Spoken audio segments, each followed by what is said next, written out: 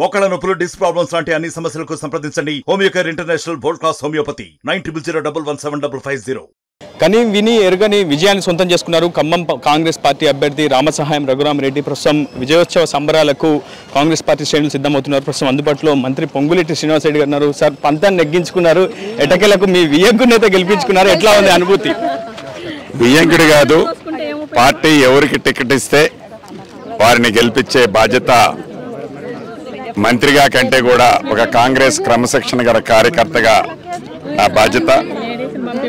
నేను గెలిపించాను దానికంటే కూడా యావత్తు ఖమ్మం పార్లమెంటులోని ప్రజలు వారి ప్రేమ, అభిమానం, ఆత్మీయతతో ఖమ్మం పార్లమెంటు ఏర్పడిన దగ్గర నుంచి ఇంత పెద్ద ఎత్తున మెజార్టీ ఇచ్చిన సందర్భం లేదు.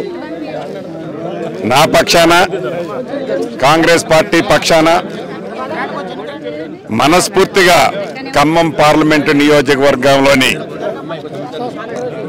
ఓటర్స్ అందరికీ, ముఖ్యంగా కాంగ్రెస్ పార్టీ కార్యకర్తలకు, కాంగ్రెస్ పార్టీ ప్రజాప్రతినిధులకు, అదే రకంగా బలపరిచిన CPI party, CPM party, CPI ML party, TJS party, Telugu తమ్ముళ్ళందరికీ మనస్ఫూర్తిగా అభినందనలు, కృతజ్ఞతలు తెలుపుకుంటూ ఈ విజయం కేవలం ఏ ఒక్క వ్యక్తితో కాదు, ఈ విజయం సమిష్టి విజయంగా యావత్ తెలంగాణ ప్రజలకు తెలియజేసుకుంటున్నాను. రాష్ట్రంలో రెండవ అత్యధిక మెజారిటీ పొందిన స్థానంగా ఖమ్మం ప్రస్తుతం రికార్డు అయితే సృష్టించని చెప్పుకోవాలి. గడిచిన అసెంబ్లీ ఎన్నికల్లో కూడా 2 లక్షల ఓట్ల పైచిలకు మెజారిటీని మీరు కాంగ్రెస్ పార్టీ సాధించారు. 6 నియోజకవర్గాల్లో కాంగ్రెస్ పార్టీ గెలిపింది. కానీ ప్రస్తుతం 4,67,000 ఓట్ల పైచిలకు మెజారిటీని ప్రస్తుతం సాధించారు. దీని గల కారణం ఏంటి? పూర్తిగా సమన్వయం పనిచేసిందా, సయోధ్య పనిచేసిందా? 3 మంత్రుల ఇలాకాలో ప్రస్తుతం రఘురామరెడ్డి గారు ఎంపీగా పూర్తిగా బాధ్యతలు నిర్వహించబోతున్నారు. ఎట్లా ఉండబోతుంది ఖమ్మం పార్లమెంట్కి సంబంధించి? తప్పకుండా కాంగ్రెస్ పార్టీ అన్నది బయట ఎవరో గిట్టని పార్టీ వాళ్ళు మా మధ్య సయోధ్య లేదని అనుకుంటారు తప్ప ఈ ఫలితం చూస్తే వాళ్ళ దిమ్మ మైండ్ బ్లాక్ అయిపోయి ఉంటుంది. కాంగ్రెస్ పార్టీ అంటే సమిష్టిగా పనిచేసే పార్టీ, పైకి మనసిప్పి మాట్లాడుకునే పార్టీ. అంతేగాని కాంగ్రెస్ పార్టీ ఒకళ్ళకొకళ్ళు ఏదో అని ప్రజల బయట అనుకోకపోయినా ప్రతిపక్షాల మట్టుకు పుల్లబెట్టి గెలుపుతుంటారు. దేశవ్యాప్తంగా రిజల్ట్స్ సినారియో ఎట్లా ఉంది? ఒకవైపు రాహుల్ జోడీ యాత్ర చేశారు, మరోవైపు మోడీ వర్సెస్ రాహుల్ గా ఈసారి ఎన్నిక జరిగింది. దేశవ్యాప్తంగా సినారియో ఎట్లా ఉందనిపిస్తుంది? రేపు ఎన్డీఏ ప్రభుత్వాన్ని ఫామ్ చేస్తామని ఘంటాపథంగా చెప్తా ఉంది. దేశవ్యాప్తంగా ఎన్నికల పోల్స్ ఏ విధంగా జరిగాయి, రిజల్ట్స్ ఏ విధంగా ఉన్నాయనుకుంటున్నారు? ఈ ఎన్నికల్లో ప్రజాస్వామ్యాన్ని పరిరక్షించాలి, ప్రజాస్వామ్యాన్ని కాపాడాలి అని మా నాయకులు రాహుల్ గాంధీ గారు, ఖర్గే గారు, శ్రీమతి సోనియా గాంధీ గారు, ప్రియాంక గాంధీ గారు, మా ముఖ్యమంత్రి రేవంత్ రెడ్డి గారు, బట్టి విక్రమార్క గారు ఏదైతే చెబుతూ వచ్చారో దేశవ్యాప్తంగా కూడా ఓటర్స్ చాలా క్లీన్గా అబ్జర్వేషన్ చేశారు. ఏదైతే బీజేపీ ఫలితాల కంటే ముందు మాట్లాడిందో ఈనాడు డెఫినెట్గా వారైతే ఒక డైనమోలో పడ్డారు. వారు సింగిల్ పార్టీ సరిపోని మెజార్టీతో రాలేదు. ఏదైతే ఎన్డీఏ కూటమితో వారి సఖ్యత కరెక్ట్గా ఉంటే ఎన్డీఏ కూటమితో వారు గవర్నమెంట్ ఫామ్ చేయొచ్చేమో కానీ గతంలో లాగా మేము సింగిల్గా పార్టీ ఫామ్ చేసే పరిస్థితి లేనే లేదు. గడిచిన పార్లమెంట్ ఎన్నికలతో పోలిస్తే బీజేపీ 21% తన ఓట్ షేర్ని పెంచుకుంది, 8 స్థానాలకు తన బలాన్ని పెంచుకుంటుంది. సో తెలంగాణలో బీజేపీ ప్రత్యామ్నాయ శక్తిగా ఎదిగింది, రెండవ అతిపెద్ద పార్టీగా అవతరించింది అనుకుంటున్నారా? ఏమనుకుంటున్నారు 8 స్థానాలు బీజేపీకి రావడం పట్ల? ఇక్కడ మొదటి నుంచి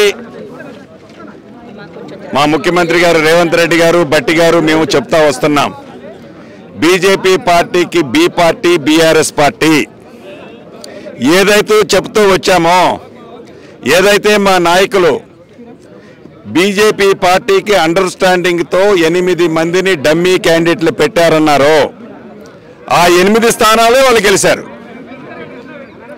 2023 నవంబర్ 30 తారీఖున జరిగిన అసెంబ్లీ ఎన్నికల్లో కాంగ్రెస్ పార్టీకి వచ్చిన ఓటు శాతం 39.4%, బీఆర్ఎస్ పార్టీకి వచ్చిన ఓటు శాతం 37.35%. బీజేపీకి వచ్చిన ఓటు శాతం కేవలం 13%. ఈనాడు వయసు వరుస ఎక్స్చేంజ్ చేసుకున్నారు అండర్స్టాండింగ్లో.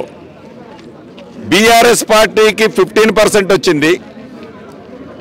అదే గతంలో బీఆర్ఎస్కి వచ్చిన 37%లో 36%, 36.5% బీజేపీకి వచ్చింది. మా ఓటు 1.85% పెరిగింది తప్ప మా ఓటు ఎక్కడికి పోలే. ఫైనల్ గా మీరు రాజకీయ ప్రస్థానం ప్రారంభించిన వైఎస్ఆర్సీపీ ఏపీలో పూర్తిగా కుప్పకూలిపోయిన పరిస్థితి కనిపిస్తుంది. ఒకవైపు కాంగ్రెస్ పార్టీ తెలంగాణ గెలుచుకుంది, మరోవైపు ఏపీలో వైసీపీ కూలిపోవడం పట్ల, ప్రభుత్వం కూలిపోవడం పట్ల, కూటమి అధికారం రావడం పట్ల ఎటువంటి అభిప్రాయం వ్యక్తం చేస్తారు? ప్రజా తీర్పు ఏదిస్తే ఎంత పెద్ద లీడర్ అయినా గౌరవించాల్సిందే. ప్రజా తీర్పుకి ఎంత పెద్ద మగోడైనా శిరస్సు వంచాల్సిందే. కాంగ్రెస్ పార్టీకి తెలుగుదేశం పార్టీ తమ్ముళ్ళు ఎక్కువగా మద్దతు ఇచ్చారని ఒక అభిప్రాయం ఉంది. మీరు కూడా తెలుగుదేశం పార్టీ కార్యాలయానికి వెళ్లారు, అభినందనలు కూడా వ్యక్తం చేశారు. ప్రస్తుతం తెలుగుదేశం పార్టీ కూటమి గెలవడం పట్ల మీరు ఏమైనా అభిప్రాయం వ్యక్తం చేస్తారు? తప్పకుండా వారి మద్దతు కూడా ఇక్కడ ఖమ్మంలో మాకు ఇచ్చినందుకు ఇందా చెప్పాను, మనస్ఫూర్తిగా వారికి కూడా అభినందనలు, కృతజ్ఞతలు తెలియజేస్తున్నా. మొత్తంగా ఒక పండుగ వాతావరణం అయితే ప్రస్తుతం ఖమ్మం జిల్లాలో నెలకొందని చెప్పుకోవాలి. చాలా అతిపెద్ద అఖండ మెజారిటీ కాంగ్రెస్ పార్టీ ఖమ్మం జిల్లాలో సంపాదించాలని చెప్పుకోవాలి. మునుపెన్నడూ లేని రికార్డు మెజారిటీని ప్రస్తుతం కాంగ్రెస్ పార్టీ అయితే సొంతం చేసుకుంది. కాంగ్రెస్ పార్టీ ఖమ్మం పార్లమెంట్ అభ్యర్థిగా రామసాయం రఘురామరెడ్డి అఖండ మెజారిటీ అయితే గెలుపొందారని చెప్పుకోవాలి. ప్రస్తుతం ఒక జోష్ అయితే ఖమ్మం కాంగ్రెస్ నెలకొందని చెప్పుకోవాలి. గడిచిన అసెంబ్లీ ఎన్నికలతో పోలిస్తే అత్యధిక మెజారిటీని ఖమ్మం పార్లమెంట్లో సొంతం చేసుకున్నారు. 4,60,000 పైచిలకు మెజారిటీ ప్రస్తుతం రఘురామరెడ్డి సొంతం చేసుకున్నారు. ఇది రాష్ట్రంలోనే అత్యధిక మెజారిటీ పొందినటువంటి రెండవ స్థానంగా ఖమ్మం అయితే ఉంది. మొదటి స్థానంగా నల్గొండ అయితే దక్కించుకుంది. ఏదేమైనా ఖమ్మంలో సంబరాలు అంబరాన్ని అంటున్నాయి. ఒకవైపు కూటమి అధికారం రావడంతో తెలుగుదేశం పార్టీ కార్యనిర్వాహక వర్గం అంతా కూడా, కార్యకర్త అంతా కూడా ఖమ్మంలో సంబరాలు జరుపుకుంటున్నారు. మరోవైపు ఖమ్మం కాంగ్రెస్ పార్టీ అభ్యర్థి రామసాయం రఘురామి పట్ల కూడా విజయోత్సవ సంబరాలు అయితే అంబరాన్ని అంటున్న పరిస్థితి కనిపిస్తుంది. ఇది స్నేహితులతో రిపోర్టర్ ఉదయ్, RTV ఖమ్మం నుంచి.